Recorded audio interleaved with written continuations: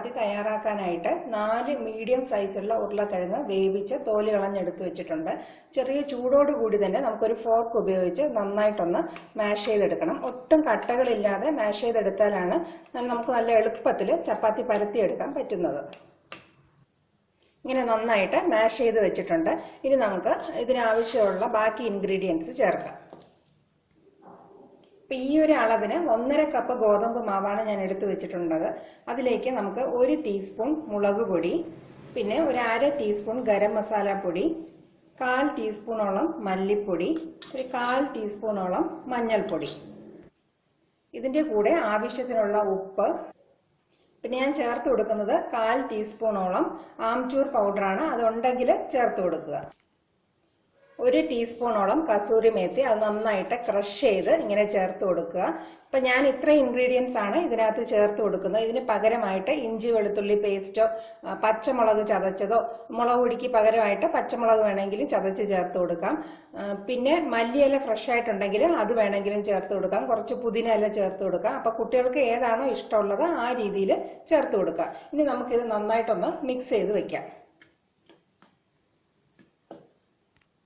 ഇനി നമുക്ക് മാഷ് ചെയ്ത് വെച്ചിരിക്കുന്ന ഉരുളക്കിഴങ്ങിലേക്ക് ഈ മിക്സ് ചെയ്ത് വെച്ചിരിക്കുന്ന പൊടി കുറച്ചായിട്ട് വിതറി നന്നായിട്ടൊന്ന് കുഴച്ചെടുക്കണം. ആദ്യമേ വെള്ളം ചേർക്കേണ്ട ആവശ്യമില്ല. ഫുൾ പൊടിയും ഈ ഉരുളക്കിഴങ്ങിൽ ഒന്ന് മിക്സ് ചെയ്തെടുത്തിട്ട് പിന്നെയാണ് നമ്മൾ ആവശ്യത്തിനനുസരിച്ച് വെള്ളം ഒഴിച്ച് കുഴയ്ക്കുന്നത്. അപ്പം ആദ്യം ഈ ഉരുളക്കിഴങ്ങിൽ ഈ എടുത്തു വെച്ചിരിക്കുന്ന പൊടികൾ മൊത്തം ചേർത്ത് ഞാനൊന്ന് മിക്സ് ചെയ്തെടുക്കാം. ഒട്ടും വെള്ളം ചേർക്കാതെ തന്നെ എനിക്ക് ഈ ഒരു രീതിയിൽ കുഴച്ചെടുക്കാൻ പറ്റി. പക്ഷെ നമുക്ക് കുറച്ചും കൂടെ സോഫ്റ്റ് ആയിട്ടുള്ള ഒരു ഡോ ആണ് വേണ്ടത്. അപ്പോൾ ഇതിലേക്ക് ഞാനൊരു 2 ടേബിൾ സ്പൂണോളം വെള്ളം കൂടി ചേർത്ത് കുഴച്ചെടുക്കുകയാണ്. 2 ടേബിൾ സ്പൂണോളം വെള്ളം ചേർത്ത് കൊടുത്തിട്ടുണ്ട്. അതും കൂടെ ചേർത്തൊന്ന് നമുക്ക് നന്നായിട്ട് ഇതൊന്ന് കുഴച്ചെടുക്കാം.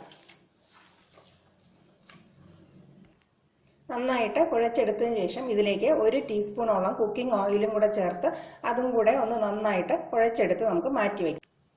15 മിനിറ്റിന് ശേഷം നമുക്ക് ചപ്പാത്തി തയ്യാറാക്കാം. ഏകദേശം മാവ് റെസ്റ്റ് ചെയ്യാൻ വെച്ചിട്ട് 15 മിനിറ്റ് ആയിട്ടുണ്ട്.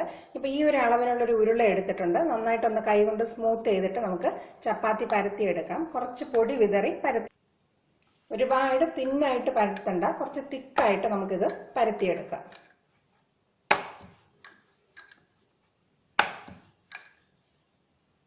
ഇനി നമുക്കിത് ചുട്ടെടുക്കാം. തവ നന്നായിട്ട് ചൂടായി വരുമ്പോൾ ചപ്പാത്തി ഇട്ട് കൊടുക്കാം. ഒരു സൈഡ് ചെറുതായിട്ട് വെന്ത് വരുമ്പോൾ തിരിച്ചിട്ട് കൊടുക്കുക. 2 വശവും കുറച്ച് ഓയിൽ അപ്ലൈ ചെയ്ത് ചുട്ടെടുക്കാം.